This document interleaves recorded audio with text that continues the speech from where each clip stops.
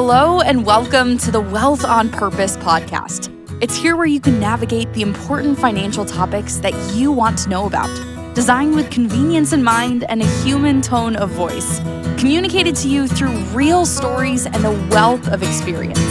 This is Wealth on Purpose with Brian Diffley and Brian Hartman. Welcome back, everybody, to the Wealth on Purpose podcast. We have a special guest today.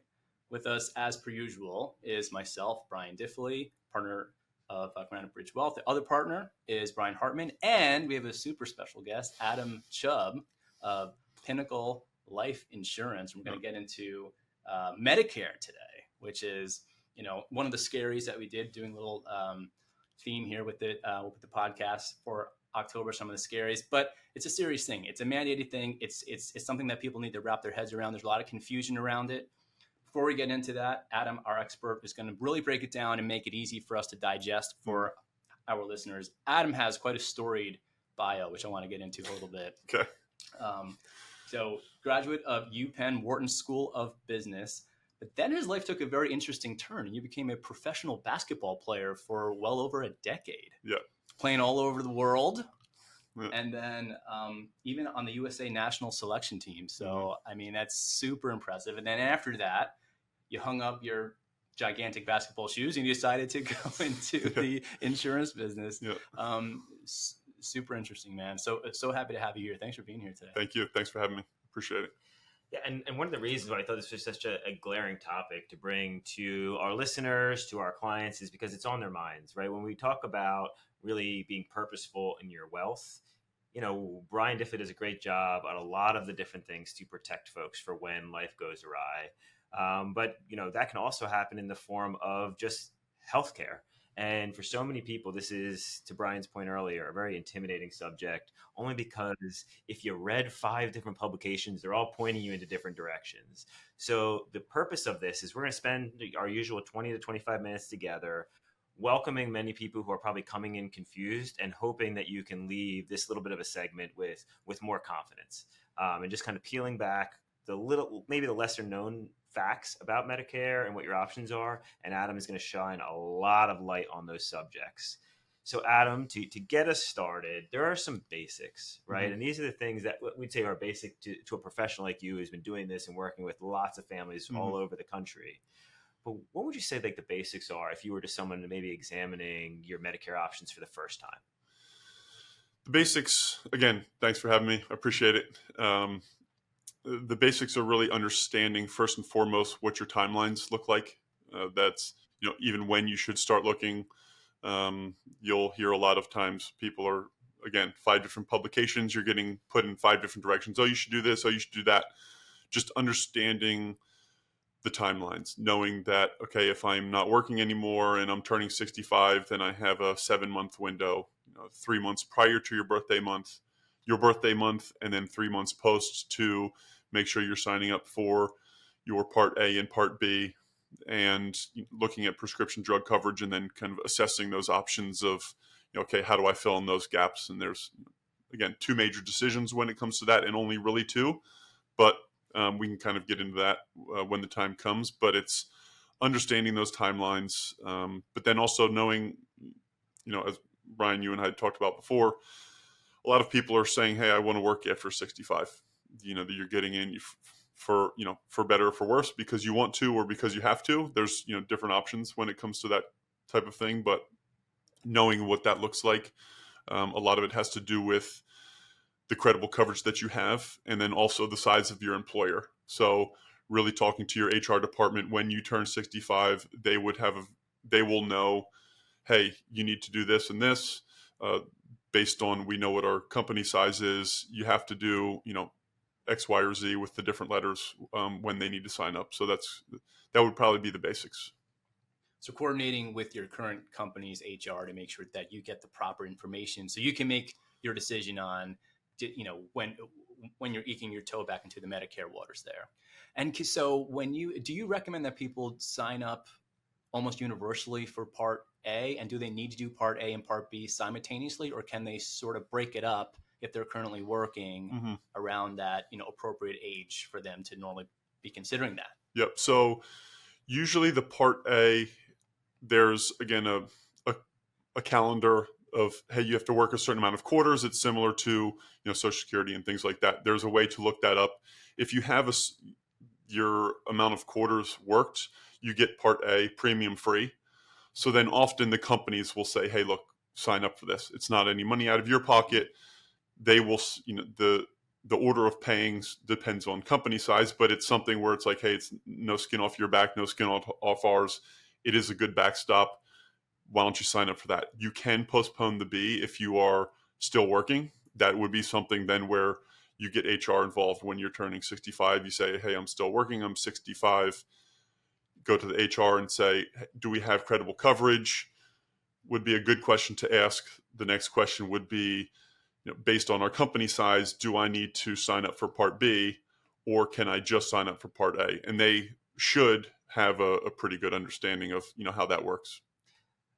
Adam, with all these letters, and we've been talking to people of this age group and helping them transition from their working years and retirement years, like for forever, right? For our professional forever, at least.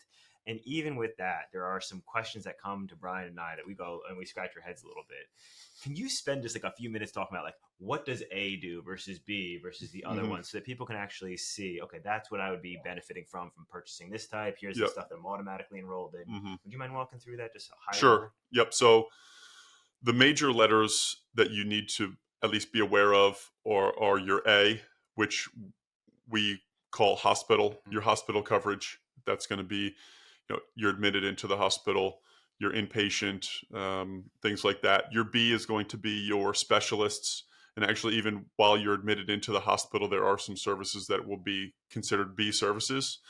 But it's your primary care, your specialists, your occupational therapy.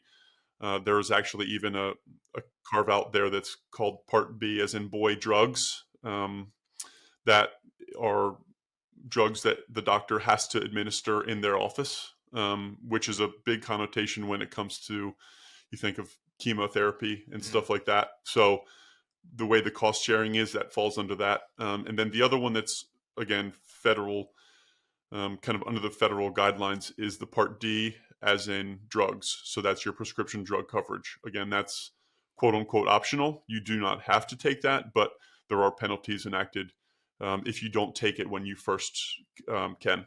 And those penalties go on forever, right? Correct. It's not just a one-time hit. It's right. So it's paying attention to that. Yes. Yeah. Yep. The part unfortunately, I had a client, or not a client, but someone at a presentation I was giving the other day, and she raised her hand and asked this question almost in tears. And she said, nobody explained this to me when I first signed up, and now I have to pay, 20% penalty for the rest of my life. Like, I can't afford this. Like, how can I change this? And you feel kind of helpless, but it's, unfortunately there was nothing. I wasn't there when she signed up to explain this, but right.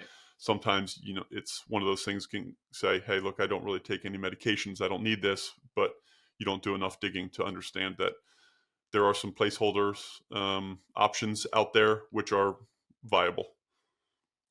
So and when you're describing like the relationship and the questions and the options that folks have with Medicare, this isn't like a one and done. Like, hey, I turned 65 to your point earlier, or I retired a little bit later and I enrolled. This is something that people need to kind of keep their eyes on throughout their retirement years. But if we were just to say, if you were someone new, right, you're looking at this for the first time, you're at this really pivotal moment in your life, right? You're leaving your employer, which means that your income is changing, right? You're probably looking for who you're going to be in the future personally, right? You were retiring, so you had a job title that you woke up to every day, and now you are going to wake up on a Monday morning and you're just going to be you. And you also are also faced with the health decisions and making sure that you have coverage so that you don't have some type of financial catastrophe that happens as a result of a medical situation. What would you say, like tips and tricks or things that people should be looking at if they were brand new to evaluating their decisions here? One, I think, is find trusted sources. Again, going back to the point that you said, your 5 different publications, they're going to point you in 5 different directions. Medicare, the Center for Medicare and Medicaid Services puts out a book called Medicare and You. It comes out every year. So you find the one that's of the year that you're either looking into this. That is a really good source of information. It is thick. However, there's a lot of information in there. So it does take some sifting through, but educating yourself, just trying to figure out, okay, what really are the options, timelines, things like that. So and then trying to find other trusted sources, either, financial planners, estate attorneys, other professionals that you would trust or have, a good track record with, of just saying, hey, we often will have people come in and say, oh, well, my next door neighbor told me this, or they're on this, and okay, this is what I want to do. Okay, it's good to kind of collect some information, but do not, I wouldn't say put all your eggs in one basket, because what might be right for them might not be right for you. Your life situations, your medications, your wishes and desires of what retirement might look like, they're all going to be different. We talk about that. So it's like, the neighbor is giving you good advice, right? From the heart. We talk about, you get great advice on the golf course until you're driving home and you go, I don't know if that's actually for me or not. Yeah. You're saying is seek the professional help, right? I mean, and you were a little bit modest. You didn't put yourself on the list of people that people should reach out to. If, quite frankly, when people come to us, we say, reach out to someone like Adam, if not Adam himself. You're licensed in almost every state that we do business up and down the East Coast. So that's been tremendous for so many people that we work with. It sounds like these plans are just like anything else, where they really need to be customized, where it's not just, hey, I'm a male, I live in XY county in XY state, this is the plan for me because the publication. This sounds like something that there's some questions that help you navigate people towards the right plan for them. Am I feeling that out the right way? Yep. We kind of usually will start with some education, again, because of all the information that's out there. And thank goodness, with some of the legislation that's been passed in the last couple of years, we are hoping that those communications coming from other marketing organizations will be a little bit more clear, but trying to just dispel some of those myths of saying, hey, this is really, these are the two, we're really making one of two decisions, kind of where you're going to get your care other than your A and B from. And then going through, medications, what doctors are important to you, do you travel? These are all kind of pieces that we can put together and then come up with some options. Like you said, the customizable, I think they just released the plans for 2025. I think there's over 40 plans in our zip code alone, with multiple different companies. And so, and some of those companies reserve the right to, often will make changes every year. We've seen about a quarter of plans that were in, most demographics up and down the East Coast have left. The companies are all still saying, but the plans are leaving, or they're retailering them. So just making sure that you're, again, to the point where it's not a set it and forget it necessarily, especially with, we all progress. We all, take different medications at different times, and, life stages change. And so it's really keeping up with that and making sure that you're really knowing first that you have options, that you can make changes, usually annually, in some circumstances more often than that.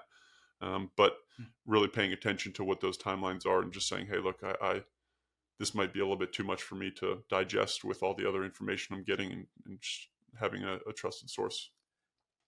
Adam, do you have a recommended time frame where you check in with your clients, or you ask your clients to check in with you? Say, here are some triggers. If there are some changes to your life in this way, call me.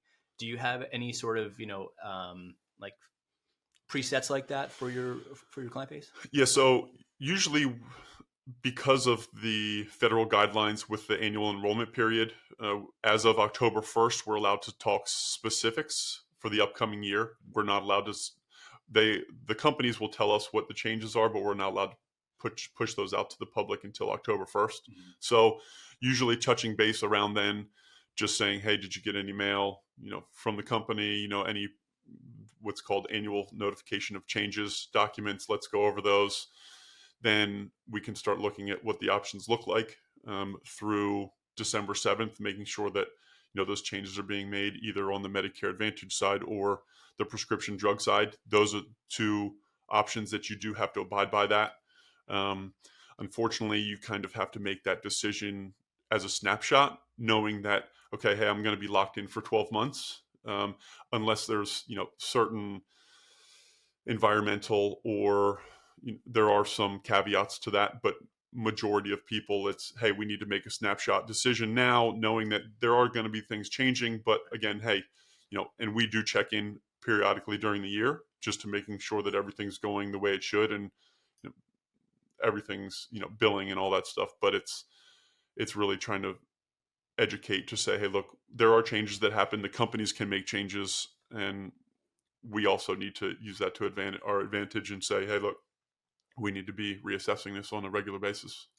So Adam, all right, we're going to go back to the beginning of the conversation where I teased out a little bit about your professional basketball career. Okay. And the more that I'm thinking, and because of the way you're speaking, I mean, this is literally a Medicare game, and the rules are ever changing, right? So you wouldn't show up to the basketball court when you were traveling overseas and playing all these teams and try to read the rule book when it mattered mid-game, right? If the 3-point line change, you'd probably want to know that well ahead so you can practice there, be educated on the rules, and know how to handle it. This seems to be a game where, I don't know, the rules change on a regular basis. That can be intimidating to anybody, but especially folks that are in this point in life. So is that true even if you are someone who's been involved with the Medicare system for a long time? So you're not 65 anymore. Now you're 73. You've had 8 years or so of coverage. Do folks in that category need to be paying attention to like specific things, or are they grandfathered into some of this stuff? So to be honest, what scares me more is the people that do set it and forget it, because they're saying, oh, well, I got this. Oh, no, I'm signed up. Like, no, I've got it. Their medications are changing and they might not know because they said, hey, I took care of this when I was 65. I don't really need to check again. Their plans are changing underneath them. Things are going on kind of underneath their feet, but they might not feel it yet until it's too late. But yeah, to your point, the companies, because they are certain companies, because they have the contracts, part of those contracts say, hey, we can make adjustments to pricing, to cost sharing, to even the amount of benefits given for, certain services. Now, Medicare does put some bumpers on there saying, hey, you have to stay within certain parameters. But at the same time, there is a lot of jockeying going on a regular basis. And so those people that say, oh, no, I'm good, don't worry, like I signed up, I'm 70, like whatever. I actually have a person that I'm meeting with in a couple of weeks, again, almost late 70s, mid 70s, got the letter this 2 weeks ago. Hey, it wasn't a client of mine before, but we're going to sit down and talk, and got the termination letter. And she thought, what did I do? The question was, what did I, like, did I go to the hospital too many times or whatever? Right. It's like, it actually has nothing to do with you personally, individually or otherwise. It's everyone that was on this plan. The company said, yep, this plan doesn't really work for us anymore. Everybody's kind of kicked to the curb. Now, there are very good protections when it comes to that, but those people that might just, it's like, how far can the company push? Okay, we can make a little change and nobody's going to notice. A little bit more change, nobody knows. And then you've been on it for 10 or 15 years and you're way down the road and didn't realize, well, wait, there's something better out there. Sometimes the mountain of information that they have to climb is kind of a gate that they sometimes can't get through, or makes it tricky to get through, I should say. Wow. So what would you say are some of the biggest changes coming? Like, what are some of the biggest things that people should be paying attention to? They're turning 65 soon or early next year. What are some changes out there that you would say, hey, just pay attention to this because these are coming? Yep. I think so. Those that are just turning 65, I think will not necessarily understand, or they won't really need to understand what the changes, or they don't need to look, hey, what it used to be like.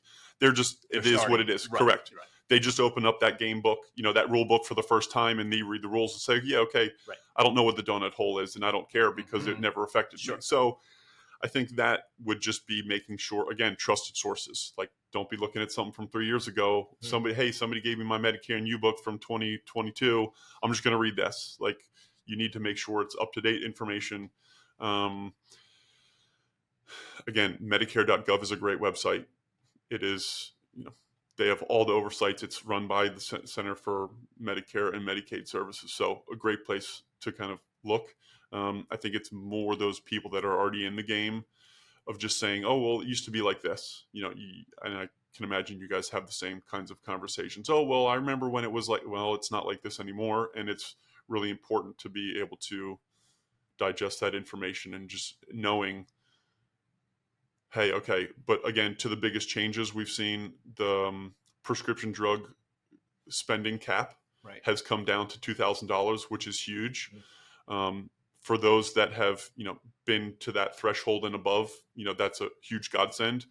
But unfortunately, for the majority of the public, that's going to mean higher premiums. That's where we're seeing a lot of the changes on the Medicare Advantage side, where these insurance companies are knowing now that they're going to have to absorb those extra costs. And then that's where they're, making changes to benefits, pulling plans, changing co-sharing with the prescription drugs. And so that's where those people that have already been comfortable in the game need to make sure that they're just knowledgeable. Okay, hey, what does next year look like? I'll often say when people are getting stacks of mail, if it has something with your company's name on it, don't throw it away. Keep it, set it aside, read it, have somebody else read it for you, and then kind of say, well, what did you think this said? Just again, to kind of keep up with, hey, this is what the changes might be. I think that the U.S. Postal Service, their trucks must get heavier this time of year, right? Like, I walk into some of our clients' offices and their homes who are in this category, this age group, and like just daily being inundated with information. So I think like one of our takeaways here is if you are in this realm or thinking about these things and you're feeling confused, I think Adam just did a great job of validating that feeling, right? There's a lot of moving pieces. And I don't know what college you all went to. There was no class on this, right? And it's no one just coming and kind of knocking at your door and saying, hey, I want to sit down with you and really take my time to do that, which is one of the reasons why we really value what Adam does, because he actually does that exactly, right? He takes calls with clients. He spends the time with you so that not only are you just buying a plan, that you're buying the right one, considering who your favorite doctors are, who's your favorite specialist that you want to make sure that if you needed them, that you'd have access to that care without having some type of real significant financial burden. And I'd imagine that's kind of like when people are leaving those conversations with you, and to Brian's point before, they probably look forward to that at some level on an annual basis, having that conversation that goes, yeah, Adam just kind of points me in the right direction, knowing kind of my personal situation. How many times a year or how many times in a lifetime can someone actually make changes to their plan? So on the Medicare Advantage and prescription drug, you do have that window, unless there's other life-changing events. There are some other stipulations, but for the majority, you have that window during the fall from October 15th to December 7th to make those adjustments. There are some stipulations to, there is a short window that's comes after January 1st, but there are some stipulations that have to be fulfilled to be able to use that period. On the Medicare supplement side, there is actually, you can make changes during the calendar year. That is one that once you're on, you can sign up when you're 65 or when you're coming off of employment, but because there are stipulations where they're allowed to ask a couple underwriting questions, there is no calendar. So it's, hey, I've moved from one place to a next. The plans are priced geographically. What does it look like if I've moved from Chicago to South Carolina? When it comes to the prescription drug plans, you're going to have to most likely wait until that next time frame. There are some, again, if you're moving out of state and some other things, there might be a different timeline that you can use. But with the Medicare supplement, it's a little bit different, as where Medicare Advantage and the prescription drug, you do have to, you have that the October 15th to December 7th to evaluate, make decisions, and then kind of make that snapshot of, hey, this is what next year's going to look like. And hopefully with someone like you who can help them guide them, right? I mean, just like a lot of things in our lives, I think if we could arm ourselves with the right professional advice, people that could recommend and actually take you under their wing on something as, disrupting. Because I think before people get into it, they come a little anxious, like they admit their anxiety. I've never had someone come to us and say like, I got this, figured it out. Went to the government and they're like, no, they're like, help us with this. Yeah. Do you have someone that can help us with this? So yeah, I think just aligning with someone like you and your company, making sure that people can ask their questions. Obviously, you have a calm, assertive way about you to, acknowledge the human emotion, which is fine, right? But then smooth it out and be like, guess what? You have 2-ish decisions to make here to get this right. And by the way, some of them are easier to make than others. The ones that might be a little bit more wonky, I got you. Yeah. Right. I mean, so I think, thank goodness there's people like you who've dedicated their craft to being as good as they are in navigating this for people. Because there are some tailored pieces for them that they need or want to get right. And you got them. You have their back. I mean, so, it's super important. I think it's a wonderful thing that you're doing for people because they need to get this right. Because to your point before, a few minutes ago, if they don't, there could be a 12% fee that's haunting them that can, really unfurl some of their finances, which stinks. And then we have to hear about it. So and then we have to budget for that. Yeah, right. Yeah. So anyway, hats off, I appreciate Adam. it. I think it's great Thank what you. you're doing. And thank you for giving us this 26 minutes. Felt quick. Yeah. Going through. Is there anything else that either one of you want to say to sort of wrap here? I want to make sure that two things, that everybody who's listening to us understands that Adam is not part of Granite Bridge Wealth Management. He operates his own company. And so with that, we want to make sure that if you have questions beyond this 26 minutes that may be about your situation or the open enrollment period, this period of time, that you know how to properly get in touch with Adam and his team. So Adam, is there a best way for someone to reach out? Do they go to your website? Yep. Can they shoot you an email? How do they do that? Yeah, so go to the website, pinnaclelifellc.com. Our email's on there, phone number's on there.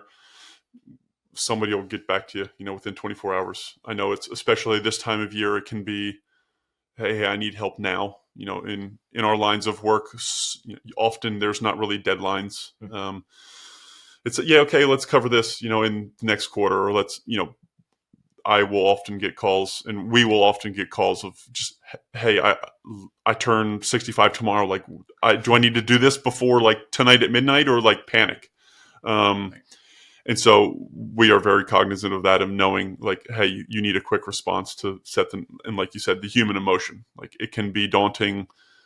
And so, just shoot us an email, reach out. I can get, contact information to you, and then, we can work through that. Perfect. Well, you're welcome back anytime. Okay. I mean, this was wonderful. I know this was a whole big, large bolus of information, but you did a great job just sort of segmenting it out. So thanks again for being here. And thanks to the listeners for coming.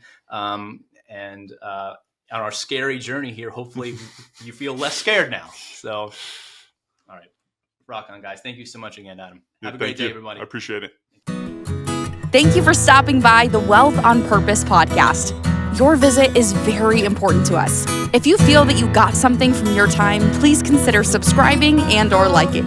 For more, please visit us on granitebridgewealth.com, where a wealth of knowledge awaits.